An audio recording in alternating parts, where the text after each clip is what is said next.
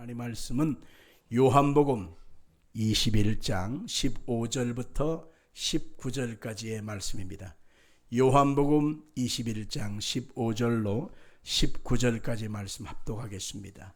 그들이 조반 먹은 후에 예수께서 시몬 베드로에게 이르시되 요한의 아들 시몬아 네가 이 사람들보다 나를 더 사랑하느냐 하시니 이르되 주님 그러하나이다. 내가 주님을 사랑하는 줄 주님께서 아시나이다. 이르시되 내 어린 양을 먹이라 하시고 또 두 번째 이르시되 요한의 아들 시몬아 네가 나를 사랑하느냐 하시니 이르되 주님 그러하나이다. 내가 주님을 사랑하는 줄 주님께서 아시나이다. 이르시되 내 양을 치라 하시고 세 번째 이르시되 요한의 아들 시몬아 네가 나를 사랑하느냐 하시니 주께서 세 번째 네가 나를 사랑하느냐 하심으로 베드로가 근심하여 이르되 주님 모든 것을 아시오매 내가 주님을 사랑하는 줄을 주님께서 아시나이다. 예수께서 이르시되 내 양을 먹이라. 내가 진실로 내게 이르노니 내가 젊어서는 스스로 띠띠고 원하는 것으로 다녔거니와 늙어서는 내 팔을 벌리니 남이 내게 띠띠우고 원하지 아니하는 것으로 데려가리라. 이 말씀을 하시면 베드로가 어떠한 죽음으로 하나님께 영광을 돌릴 것을 가리키심이로라. 이 말씀을 하시고 베드로에게 이르시되 나를 따르라 하시니. 아멘. 예수님에게서 해답을 찾아봅시다. 오늘 18번째로 그럼에도 불구하고 라고 하는 찬양으로 제목으로 말씀을 전하겠습니다. 같이 봅시다. 그럼에도 불구하고 우리가 흔히 하는 말 중에서 구제불능이다라고 하는 말을 할 때가 있습니다. 저 사람 아이고 구제불능이야. 아이고 저 인간 구제불능이야. 이 말은 언제 합니까? 더 이상 손을 쓸 수 없어 희망이 될 수 없는 상태를 말하는 것입니다. 비슷한 말로 사후 약방문이라고 하는 말을 쓰게 되지요. 이미 사람이 죽었어요. 죽었는데 이 사람의 질병에 대해서 이 약을 쓰면 어때 저 약을 쓰면 어때 하면서 처방전을 줘봐야 아무 쓸모 없잖아요. 왜? 이미 죽었으니까. 비슷한 말로는 가망무제라고 하는 말이 있는데 이 말은 앞으로 잘 될 희망이 없다라는 것이죠. 우리가 흔히 말 중에 막다른 골목이다, 싹수가 노랗다, 백약이 무효다, 노답이야 라고 하는 말이겠죠. 그래서 hopeless case라고 하는 말로 쓰였습니다. 비슷한 말로는 beyond redemption이라는 말도 있고요. 또 영어로는 gone case라고 하는 말도 있습니다. 아무 소용없어. 아무 소용없어. 바로 이런 상태를 말할 때 쓰는 것입니다. 사람이 전에는 이제는 괜찮은 사람인데 이 사람이 이제는 아무런 가망이 없고 희망이 없는 상태에 그럴 때가 많지 않습니까? 답이 없는 상태가 되어진 상태가 있습니다. 이것은 다른 사람의 모습이 아니라 나의 모습이 될 때가 있습니다. 나 자신의 희망이 다 끊어지고 나 자신의 비전이 다 끊어지고 나 자신의 모든 노력이 아무 의미가 없어질 때 바로 우리 자신이 바로 노답일 때가 많다 그 얘기인 것입니다. 이런 상황 속에서 하나님을 떠난 인간의 현주소도 살펴볼 수가 있지요. 에덴 동산에서 타락하여 에덴 동산에서 쫓겨난 인간의 모습이 바로 답이 없는 인생이 되고 말았습니다. 하나님과의 관계가 끊어졌으니 모든 좋은 것을 다 잃어버리고 멸망과 사망길을 향하여 한 발자국 한 발자국 그들은 걸어가고 있을 뿐입니다. 가난과 저주가 끊임없이 다가오고 한숨과 탄식이 끊어지지 아니하고 질병과 고통이 그들의 삶에 항상 어깨에 짊어지고 살아갑니다. 그래서 하나님 떠난 인간은 해답이 없어요. 누가 해답일까요? 오직 예수님만이 해답이다 라고 하는 것입니다. 예수님이 개입해 주시고 예수님이 손을 잡아 주시고 예수님이 붙잡아 주셔야만 된다고 하는 사실을 우리는 성경에서 볼 수가 있는 것이죠. 이것이 은혜라고 하는 것입니다. 죄를 지었음에도 불구하고 다시 손잡아 주시는 은혜, 버림받아야 마땅함에도 불구하고 다시 한번 긍휼을 주시는 은혜, 저주를 받아야 마땅함에도 다시 한번 하나님의 은총을 주시는 그 은혜, 그래서 우리는 주님의 은총 없이는 한순간도 살 수 없다는 것을 알아야 하는 것입니다. 그러면서 오늘 이 시간에는 그럼에도 불구하고 나를 사랑하시는 하나님의 크신 사랑, 그것을 성경을 통해서 우리 다시 한번 확인하고자 하는 것입니다. 유대인들이 늘 자녀들에게 알려주는 우화가 있어요. 근데 그 우화 내용 속에 하나님께서는 그럼에도 불구하고를 알려주는 내용이 하나가 있습니다. 하나님이 세상을 창조하시고 그 세상에서 가장 으뜸되어지는 사람을 만들려고 계획하셨어요. 그때에 하나님께서는 천사들을 모아가지고 한번 물으신 적이 있어요. 근데 어떻게 묻느냐? 야, 내가 세상에서 가장 귀하고 존귀한 사람을 만들었어. 그 사람을 통해서 내가 만든 모든 것들을 다스리고 정복하고 통치하게끔 했으면 좋겠다. 어떻게 생각하냐? 라고 천사들에게 물었습니다. 그때에 그 말을 듣자마자 천사들이 일제히 이렇게 대답합니다. 먼저 의의 천사가 일어나서 말을 합니다. 하나님, 인간을 창조하지 마십시오. 왜냐하면 그 인간은 결국 온갖 불의함으로 세상을 더럽힐 것입니다. 그자 이번에는 거룩한 천사가 일어나서 말을 합니다. 하나님, 인간을 창조하지 마십시오. 왜냐하면 그들은 온갖 불의함을 통해서 더러움으로 세상에 악함을 갖다 줄 것입니다. 이번에는 빛의 천사가 일어나서 말을 합니다. 하나님, 인간을 창조하지 마십시오. 그 이유는 바로 그들은 온갖 더러움으로 어두움으로 세상을 가득하게 할 것입니다. 점점 세상은 힘들어질 것이고 세상은 타락하고 말 것입니다. 이렇게 말을 했습니다. 그자 이번에는 긍휼이라고 하는 천사가 일어나서 이렇게 대답합니다. 하나님, 그럼에도 불구하고 하나님은 세상을 창조하셔야만 합니다. 인간을 창조하시면 세상에 살아가는 날 동안에 사람들이 불의하고 더러워지고 어둠으로 가득할 것입니다. 그러나 그 속에서 하나님은 그럼에도 불구하고 하나님의 영광을 드러내셔야 합니다. 하나님은 그럼에도 불구하고 불의한 인생들에게 하나님의 의를 주셔야 되고, 그럼에도 불구하고 하나님은 더럽혀진 인간들을 의롭게 만들어 주셔야 되고, 그럼에도 불구하고 어둠으로 가는 그들을 빛의 광명으로 만들어 주셔야 합니다. 그래서 하나님은 하나님의 영광을 거기에서 드러내셔야 되지요. 많은 사람들이 그럼에도 불구하고 하나님이 이처럼 세상을 사랑한다고 하는 사실을 드러내심으로 영광을 받으셔야만 합니다. 라고 하는 그런 대답을 했다는 것이죠.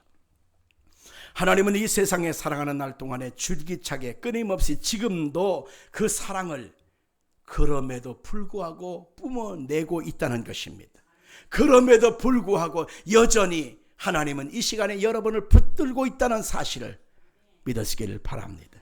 그 사랑이 없으면 인생은 살 수가 없는 것이고, 예수님이 그 사랑을 이루기 위하여 높고 높은 보좌를 버리시고 낮고 천한 이 땅에 육신의 몸을 입고 오셔서 자신의 지은 죄가 아닌 인간이 지은 죄를 짊어지고 십자가의 몸을 찢고 피 흘려서 우리의 죄값을 청산해 주신 것입니다. 그래서 예수님께서 지신 십자가를 바라볼 때마다 우리는 어떤 마음을 가져야 되느냐? 바로 그 십자가는 하나님이 그럼에도 불구하고 나 같은 사람을 구원하고 용서하고 사랑하시는 증표로구나. 같이 볼까요? 십자가는 그럼에도 불구하고 나를 사랑하시는 하나님의 사랑의 증표로다. 동의하십니까? 그렇습니다. 하나님은 지금도 역시 그럼에도 불구하고 하나님의 사랑을 드러내고 있다는 사실을 보면서 오늘 이 시간 그럼에도 사랑하시는 하나님의 사랑은 어떤 모습으로 나타나는가 살펴보고자 하는 것입니다. 첫째로 나병 환자를 절망의 낭떠러지에서 건져서 그럼에도 불구하고 치료하시는 예수님을 살펴봐야만 하는 것입니다. 누가복음 5장 12절을 이하를 보니까 예수님께서 나병 환자 문둥병자를 만나셨어요. 지금이야 우리가 이 나병에 대한 어떤 가까이함이 없지만은 저 어렸을 적에도 나병 환자가 동네에 먹을 것을 구하러 동네에 들어올 때가 많이 있었어요. 그래서 나라에서는 그들이 따로 격리돼서 살아갈 수 있는 촌을 만들었지 않습니까? 나병이라고 하는 것은 나병의 그 균, 나병의 균, 나균이 그 몸속에 들어가는 순간부터 몸속에 희한하게 느낌도 없이 흔적도 없이 그 속에 들어와서 증상을 나타내는데 어느 순간에 거울을 보니까 눈썹이 다 빠져버린 거예요. 어느 순간에 보니까 코가 녹아 흘러내리는 거예요. 구멍이 뻥 뚫렸어요. 어느 순간에 보니까 귓박이 다 흘러내리는 거예요. 귀가 다 물렁물렁해져요. 어느 순간에 보니까 10손가락에 손톱이 빠지고 손가락 끝이 점점 녹아내리는 거예요. 발가락이 없어져요. 이야, 기가 찰 노릇이죠. 나병이 몸에 들어가니까 몸에 썩어지는 흔적들이 나타나고 점점 번지게 되고 냄새가 나게 되는데, 제일 중요한 사실은 그 나병에 걸린 사람을 접촉하기만 하면, 같이 있기만 하면, 손잡기만 하면 결국 그 병이 옮겨 붙는다는 사실이에요. 전염병인 거예요. 같이 못 사는 것이죠. 이 나병은 저주받은 병이라고 성경에 나오지요. 죄의 결과로 얻어진 결과라고 말하고 있습니다. 전염병에게 함께 살 수가 없어서 가정에서 마을에서 쫓겨날 수밖에 없는 외로운 병인 것입니다. 나병으로 비롯된 히브리 말은 차라트라는 말이에요. 차라트. 이것은 징계라고 하는 말로 쓰였는데요. 나병에 걸리는 것은 하나님께 매맞는 것이다. 나병에 걸렸다는 것은 하나님의 징계를 받고 있는 것이다. 그렇게 성경은 해석하는 것입니다. 이사야 선지자는 죄와 불법 가운데 있는 이스라엘의 영적 상태를 가리켜서 나병에 비유한 적이 있습니다. 그 누구도 함께 살 수 없고 철저하게 고독하게 아파하다가 버림받는 자의 모습이 나병입니다. 그런데 오늘 성경에 보니까 이 나병 걸린 사람을 향하여 예수님이 어떻게 하셨는가를 보면서 그럼에도 불구하고를 확인할 수 있습니다. 다 같이 성경 구절 누가복음 5장 13절 같이 읽겠습니다. 시작.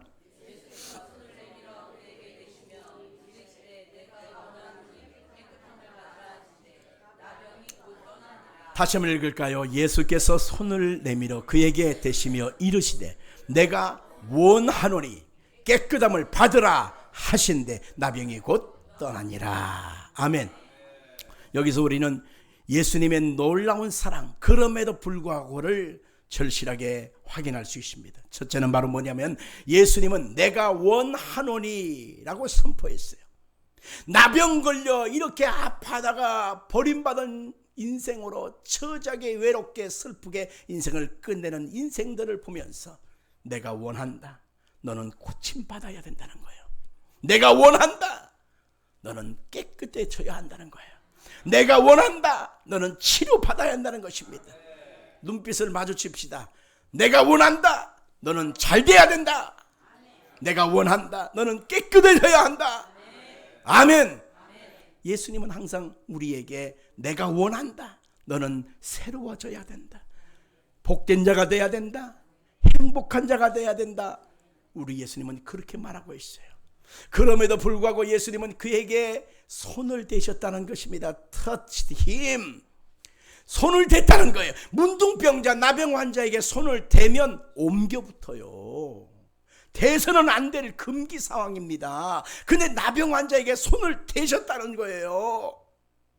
이야, 상상만 해보십시오. 이게 바로 예수님이 그럼에도 불구하고 우리를 사랑하시는 사랑의 극대화된 장면인 것입니다. 지나가는 흉악한 병 걸린 사람이나 버림받은 사람이나 구걸하는 사람이나 그러면 냄새가 난다고 우리는 가까이 오기도 싫어하잖아요. 가까이 오면 싫어합니다. 거부합니다. 소리를 지릅니다. 그런데 예수님이 그에게 손을 댔다고 하는 것, 이건 어마어마한 거예요. 누구도 그 사람을 만지기를 거부하고 깨름직하게 생각하는데 예수님은 일부러 찾아가셨고 그 사람을 만져주었다. 이게 바로 주님의 마음인 거예요. 상처 입은 모습, 병든 모습, 무너진 나의 인생, 아무것도 기대할 수 없는 주저앉아 있는 나의 탄식의 상황에 오셔서 나의 손을 잡고 계시는 그 큰 사랑이 여기서 드러나고 있다는 거죠. 여기서 예수님이 선포합니다. 너는 깨끗함을 받아야 한다. 너는 깨끗함을 받아라. 그 순간에 나병이 나았다라고 말하고 있습니다. 예수님의 사랑이 극대화되어지므로 그럼에도 불구하고 너는 나아야 되고, 버림받아 마땅함에도 불구하고 너는 하나님의 자녀로 회복돼야 된다라고 하는 것입니다. 오늘 저녁은 여러분들은 하나님의 은혜 안에서 회복되게 되기를 주 이름으로 축원합니다. 두 번째로 주님의 사랑, 그럼에도 불구하고 어떻게 우리를 사랑하신가를 볼 수 있는 장면이 바로 오늘 본문 요한복음 21장입니다. 용서받을 자격 없는 자임에도 불구하고 예수님은 새 출발을 시키셨다는 거예요. 같이 볼까요? 용서받을 자격이 없는 자에도 불구하고 새 출발을 시키셨다. 오늘 요한복음 21장은요, 예수님이 베드로를 부활하신 모습으로 만나주시는 장면이에요. 독대하는 장면이에요. 근데 여기에서 우리는 베드로의 모습이 어떠한 것인가를 알아야 되겠죠. 예수님이 십자가에 고난받게 하여 가야바와 뜰에 신문받고 있을 때에 베드로가 자기 정체가 드러날 거, 그리고 죽임을 당할까 봐 예수님을 향하여 그가 어떻게 말을 했어요? 그는 맹세하고 저주하고 부인했다는 거예요. 예수님을 3년씩이나 쫓아다녔고 수제자로서 한 몸에 사랑을 받고 한 몸에 은혜를 입고 한 몸에 그 아낌을 받던 베드로가 여러분들 바로 맹세하고 저주하고 부인을 했다는 거예요. 이게 바로 베드로의 모습입니다. 어찌 보면 우리들의 모습 아닐까요? 유익이 되어지면 쫓아가고 손해가 나면 등을 돌리는 우리들의 모습 아닙니까? 어찌 보면 철저하게 예수님을 이용해 먹은 우리들의 모습을 여기서 발견할 수도 있죠. 그런데 예수님께서 부활하신 모습으로 요한복음 21장에 그 베드로를 찾아오셔서 그럼에도 불구하고 사랑하시는 장면을 우리가 볼 수 있어야 합니다. 첫째는 어떻게 사랑하십니까? 그럼에도 불구하고 다시 찾아와 주신 것입니다. 같이 봅시다. 그럼에도 불구하고 다시 찾아와 주셨다. 두 번째는 뭡니까? 그럼에도 불구하고 다시 사랑해 주셨다. 같이 볼까요? 그럼에도 불구하고 다시 사랑하셨다는 거죠. 세 번째는 뭐예요? 그럼에도 불구하고 다시 사명을 맡겨주셨다라고 하는 것입니다. 야, 저는 이 장면을 읽고 또 읽고 또 읽고 또 읽으면서 이야, 예수님 대단하다. 우리는요, 나를 정말 배신하고 나에게 등에 칼을 꽂고 내가 마음을 쏟고 애정을 쏟고 정성을 쏟고 그렇게 함께했던 시간이 한두 해가 아닌데도 불구하고 나에게 이렇게 고통을 주고 배신한 사람이라면 어때요? 다시 보겠어요? 안 보고 싶겠어요. 다시 그 사람에게 손을 내밀 수 있을까요? 미쳤어요? 그럴 겁니다. 오만 가지 정이 다 떨어지고 꼴도 보기 싫은 모습 아니겠습니까? 우리 인생은 그렇게 항상 처신합니다. 배신은 가장 더러운 것이거든요. 그런데 이 베드로를 다시 찾아와주고 다시 사랑한다고 말하시고 다시 그에게 사명을 주신 예수님은 간도 없고 쓸개도 없는 것 같아. 도대체 어째 저러실까? 물론 하나님이시니까 그렇지만 거기서 뭘 볼 수 있어야 되냐면 하나님은 이 모든 것을 뛰어넘는 분이라는 거예요.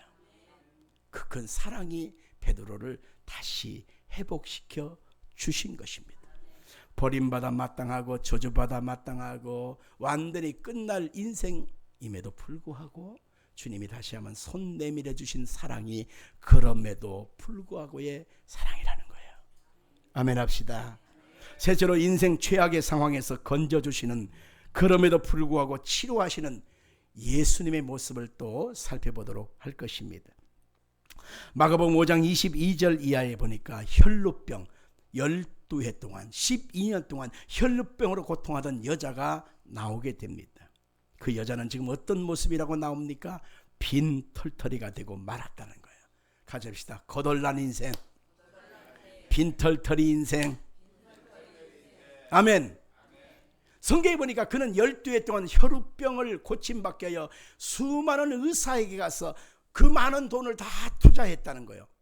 그런데 아무 효용이 없고 있던 것도 다 허비하였더라 이렇게 말합니다.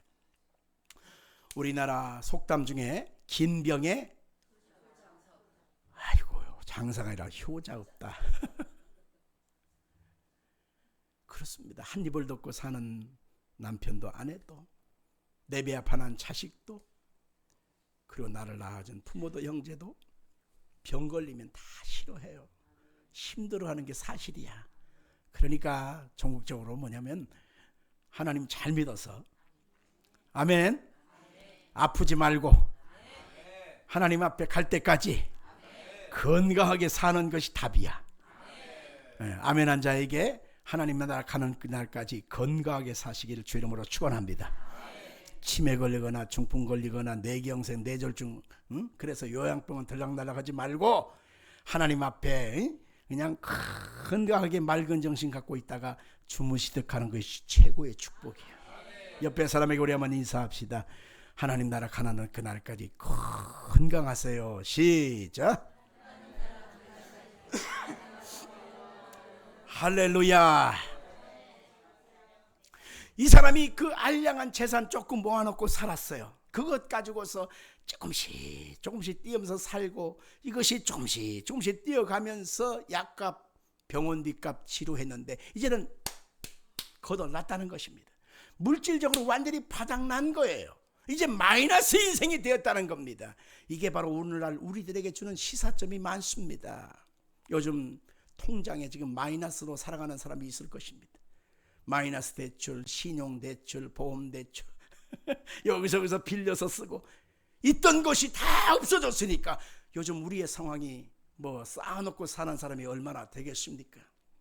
이것이 길어지지 않기를 기도해야 되고 회복되기를 위해서 기도해야 돼요. 아멘. 중요한 것은 마이너스 요건 자체가 없어지는 것이 축복이죠. 할렐루야. 하나님 앞에서 이 여인은 지금 온전히 바닥까지 다 드러난 상태예요. 마이너스 인생이 되고 만 것입니다. 아무도 그를 좋아하지 않아요. 이 사람의 인생에 이 혈루병이라고 하는 것이 무엇이냐면 여자들이 한 달에 한 번씩 마법에 걸리는 그런 현상이 아니고 줄기차게 수시로 무시로 끊임없이 유출되어지는 그런 상황입니다. 의사들은 하는 말이 자궁, 암, 장궁, 내막염 이렇게 해석을 해요. 그러니까 완전히 몸이 이제 힘들어진 거예요. 2000년 전에 무슨 뭐 의사가 있고 수술이 있겠고 제대로 된 방법이 있겠어요. 그렇게 앓다가 고생하다가 있던 거 다 털어먹고 그렇게 죽는 거예요. 외로운 병입니다. 불쌍한 병입니다. 누구도 사랑하지 않고 누구도 외면하고 배짱하고 아주 싫다고 말하는 그런 상황에 지금 처해지고 만 것입니다. 그런 상황에서 지금 이 여인은 희망을 갖게 되는 계기가 하나 딱 생겼어요. 아멘. 그 희망이 뭐냐면 그가 예수의 소문을 들었다. 이게 희망이 된 거예요. 같이 합시다. 예수의 소문을 들었다. 아멘. 예수의 소문을 들었습니다. 그 순간에 그가 스파크가 팍 일어나는 거예요. 왜냐하면 세상에 오만 가지 뉴스는 나에게 절망을 가중시키잖아요. 그런데 희망을 주는 것은 뭐냐면 예수님은 나에게 살 수 있다고 말해주고 있거든요. 너는 앞으로 잘 될 수 있다고 말해주거든요. 아니야 그 방법 말고 이 방법으로 하면 된다고 말해주거든요. 할렐루야.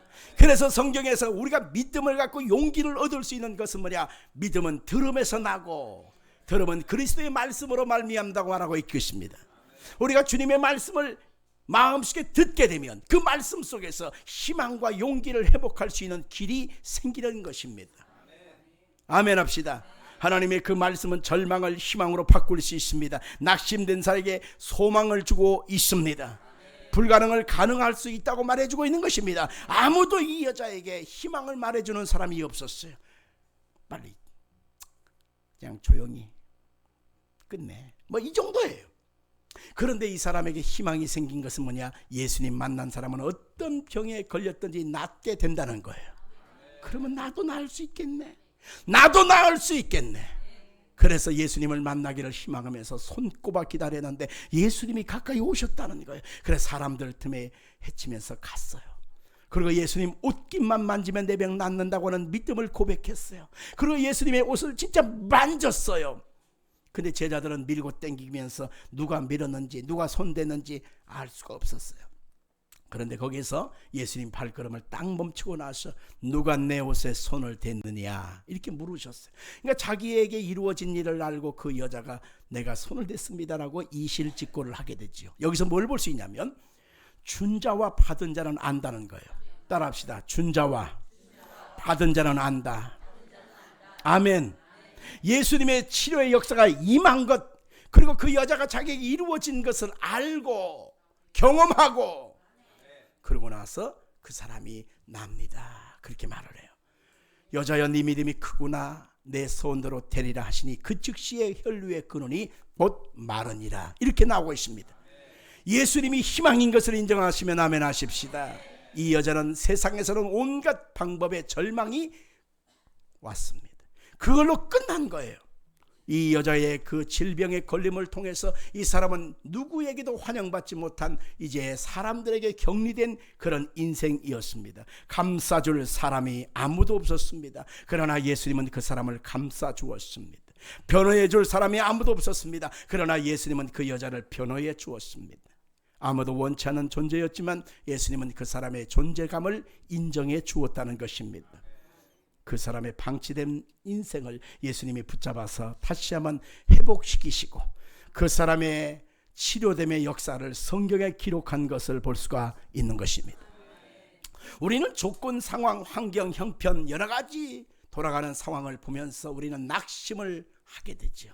그러나 그럼에도 불구하고 주님을 향한 믿음과 희망이 있고 주님을 붙잡기를 소망하는 자에게는 그럼에도 불구하고 주님이 놓지 아니하시고 은혜를 준다는 사실을 믿길 바랍니다. 저는 오늘 시간에 보건대 하나님께서 여러분들 이 우중에 주님께 나와서 예배하고 이 말씀을 듣는 여러분들, 이 말씀에 아멘하는 여러분들에게 그럼에도 불구하고의 은총을 한없이 부어줄 줄로 믿습니다. 옆에 사람에게 우리 한번 손 꽉 잡아주면서 손이 그냥 으스러질 정도로 꽉 잡으면서 뭐라 그러냐면 그럼에도 불구하고 우리 주님은 당신의 손을 놓지 않고 있습니다. 아멘. 성경에는 수많은 믿음의 사람들이 그럼에도 불구하고 나를 놓지 않고 붙잡고 계시는 주님을 만났기 때문에 회복되었다고 성경에 말하고 있습니다. 빌립보 성에 가서 복음을 전하다가 잡혔어요. 두들겨 맞았어요. 옷을 다 벗겼어요. 그리고 꽁꽁 묶었어요. 밖에서는 못 도망가게 굳게 지키고 있었어요. 누구를 찾아갈 사람도 없고 하소연할 대상도 없습니다. 그때에 바울과 실라는 하나님을 찬양하고 기도하고 하나님을 바라보았어요. 그러자 하나님께서는 그들의 연약함과 그들의 믿음과 그들의 간절함을 보셨고 옥토를 흔들고 옥문을 열어버리고 매인 것을 풀어버리고 살아나게 만들어 주셨어요. 그리고 그것에 대한 책임자인 간수장을 회개시키는 역사로 하나님이 좋은 열매 맺게 하신 것을 볼 수 있습니다. 그럼에도 불구하고 주님의 이 손 잡아주시면 모든 묶임에서 풀어지는 것입니다. 모든 닫혔던 것이 열리게 되는 것입니다. 더 좋은 결과로 하나님이 확산케 하고 열매를 맺어준다는 사실을 믿기를 축원합니다. 축원합니다. 에스겔 선지자는 이렇게 치고 있습니다. 우리 한번 읽어볼까요? 에스겔 선지자 16장 6절입니다. 시작. 내가 내 곁으로 지나갈 때에 네가 피투성이가 되어 발짓하는 것을 보고 내게 이르기를 너는 피투성이라도 살아있으라.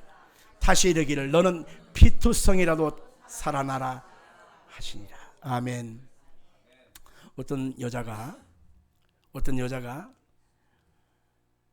임신을 해서 10달 동안 잘 키우다가 양수가 터지고 분만을 했어요. 근데 어떻게 이렇게 잔인할 수 있어요? 그 피덩이 된 상태, 그 상태로 그냥 쏟아버리고 그냥 가버린 거야. 이 말씀이 그 배경이에요. 세상에 어떻게 이럴 수가 있어? 말도 안 되죠? 보통 아이가 태어나면 그 양수로 덮인 그 흔적, 태반의 흔적 있잖아요. 그거 싹 씻어내지 않습니까? 소금을 타갖고 싹 씻어내잖아요. 그 배꼽줄을 잘라내고 거기다 묶어야 되잖아요.